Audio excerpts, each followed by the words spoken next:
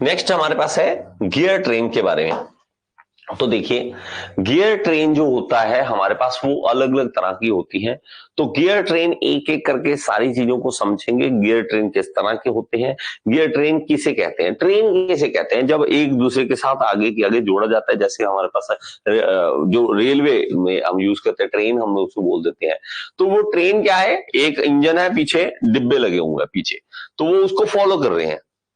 इसमें क्या होगा, गियर ट्रेन में इसमें भी हमारे पास एक इनपुट होगा, मतलब एक इंजन होगा, और बाकी जो है उसको फॉलो कर रहे होंगे। तो हमारे पास क्या होगा, गियर ट्रेन के अंदर बहुत अलग अलग तरह के हैं। तो हमारे पास सिंपल गियर ट्रेन हो सकता है, कंपाउंड गियर ट्रेन हो सकता है, रिवर्टेड गियर ट्रेन और एपिसाइक्लिक गियर ट्रेन हो सकता है। इन चार बेसिक जो है इनके बारे में हम पढ़ेंगे, इनके बारे में हम समझेंगे। अब सिंपल गियर ट्रेन क्या है, सिंपल गियर ट्रेन की डेफिनेशन भी समझ ले हम, इसकी डेफिनेशन से भी काफी चीजें क्लियर हो जाती है। तो हमारे पास देखिए है, when there is only one gear on the each shaft, हर एक शाफ्ट के ऊपर सिर्फ एक ही गियर लगा हो, it is known as simple gear train. तो ये सिंपल गियर ट्रेन है, एक शाफ्ट एक गियर, एक शाफ्ट एक गियर, एक शाफ्ट एक गियर, एक शाफ्ट एक gear. When the distance between two shaft is small, जब शाफ्ट के बीच में स्मॉल डिस्टेंस हो, the two gears are made to mesh with each other to transmit motion from one shaft to other। तो हम जब बहुत कम distance हो तब हम गियर का इस्तेमाल करते हैं, इसमें इस्तेमाल करते हैं।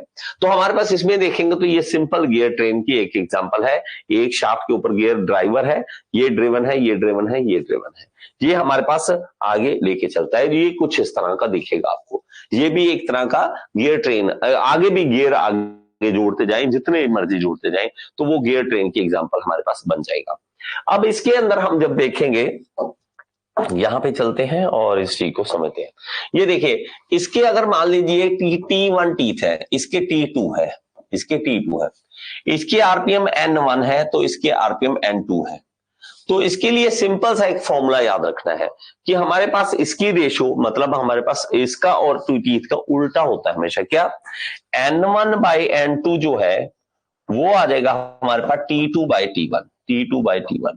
बस किस तरह से है इसको बड़े ध्यान से समझना। हम इसके टीथ मान लेते हैं कि मैं कोई वैल्यू मान लेता हूं जिससे इजी रहे। ओके, हमारे पास इसका मान लेते हैं, पहले 20 मान लेते हैं, और इसका मान लेते हैं टीथ जो है इसके T1 जो है, T2 जो है, टीथ जो है वो 20 है, और T1 टीथ जो है इसके वो मान लेते हैं कि हमारे पास 60 है। मान रहे हैं, हमें गिने नहीं है हमने। ओके, तो हमारे पास क्या है, T2/T1, तो 20/60, 60। तो ये क्या आ जाएगा हमारे पास, 1/3। तो ये इसकी क्या बन जाएगी, रेशो बन जाएगी, रेशो बन जाएगी। मतलब अब देखो, N1 अगर एक बार चलेगा तो N2 3 बार चलेगा। मतलब अगर ये एक बार घूमेगा, ये N1 एक बार घूमेगा, तो N2 मतलब इसके आरपीएम कितने होंगे, 3 टाइम्स हो जाएंगे, 3 टाइम्स हो जाएंगे। इसी को हम गियर रेशो बोल देते हैं हमारे पास। और ये भी हमारे पास जो है गियर रेशो की एग्जांपल है। इस तरह से हमारे पास ये सिंपल गियर ट्रेन चलता है। तो टीथ ज्यादा तो स्पीड कम, टीथ कम स्पीड ज्यादा, उल्टा चलता है, उल्टा चलता है। गियर ट्रेन हमारे पास हमेशा उल्टा चलता है। आगे देखते हैं, ये देखो, ये भी एक गियर ट्रेन है। अब इसमें अगर देखोगे तो हमारे पास क्या होगा, इसमें सिंपल से एग्जांपल लेते हैं। हमारे पास मान लीजिए T1, ठीक है, और ये हमारे पास T1 मान लेते हैं, इसको T2, T3, ये 3 मान लेते हैं इस तरह से, और इसका N1, N2, N3, N3।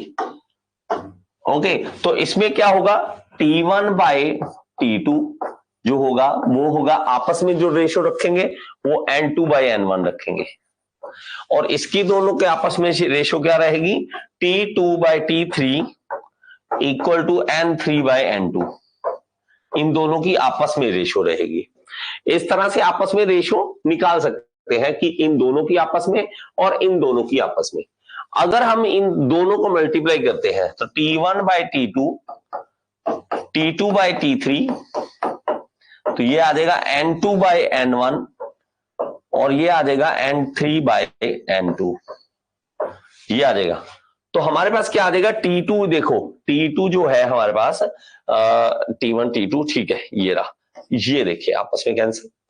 ठीक है, आपस में ये कैंसल आउट हो जाएंगे, ये आपस में कैंसल आउट हो जाएंगे। तो T1/T3 क्या आ जाएगा, T1/T3 क्या आ जाएगा, N2/N1 और N3/N2। बस लीजिए, ये हमारे पास फॉर्मूला बन जाता है, ये हमारे पास फॉर्मूला बन जाता है, इसको याद कर लीजिए।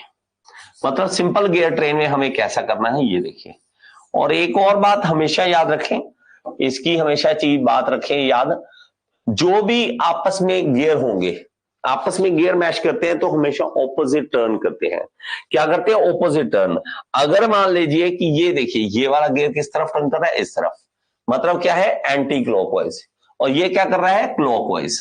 देखो, ये क्लॉकवाइज करेगा तो ये एंटी क्लॉकवाइज करेगा, ये एंटी क्लॉकवाइज करेगा। तो ये क्या है हमारे पास, एंटी क्लॉकवाइज, ये क्या है, क्लॉकवाइज, और ये क्या है, एंटी क्लॉकवाइज, एंटी क्लॉकवाइज। तो ये देखो आपस में सेम मिल रहे हैं, एंटी क्लॉकवाइज एंटी क्लॉकवाइज। तो अगर आप देखोगे, सीधे सीधे याद रखो कि अगर तो हमारे पास ये इवन नंबर, ये ऑड नंबर है, ये नंबर 1 है, ऑड नंबर है, ये भी ऑड नंबर है, ठीक है, तीन नंबर, और ये इवन नंबर है।